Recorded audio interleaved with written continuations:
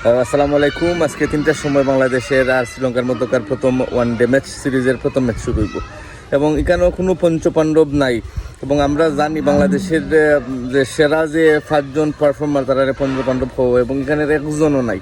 শ্রীলঙ্কার বিপক্ষে সব থেকে সফল হইল গিয়ে বাংলাদেশের মুশফিকুর রহিম, প্রায় 1200 রান, এরপরে তামিম ইকবালে প্রায় 1100 রান, সাকিবের প্রায় 1000 রান, এরপরে মাহমুদুল্লাহর প্রায় 500-র মতো রান, এবং 700-র মতো রান, এবং আশরাফুলের আছে প্রায় 500-র মতো রান, 441 রান দেখলাম।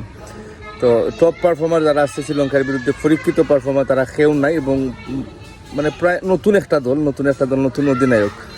দেখা যাক বাংলাদেশ কিতা করে। যে বাংলাদেশের প্রিয় ফরম্যাট হলো ওয়ানডে ফরম্যাট, এবং আমরা সব সময় পাল্লা খেলাইলাম 2015 সাল থেকে, এবং ইদানিং খুবই বাজে খেললাম এবং নিম্নমানের খেলা খেললাম।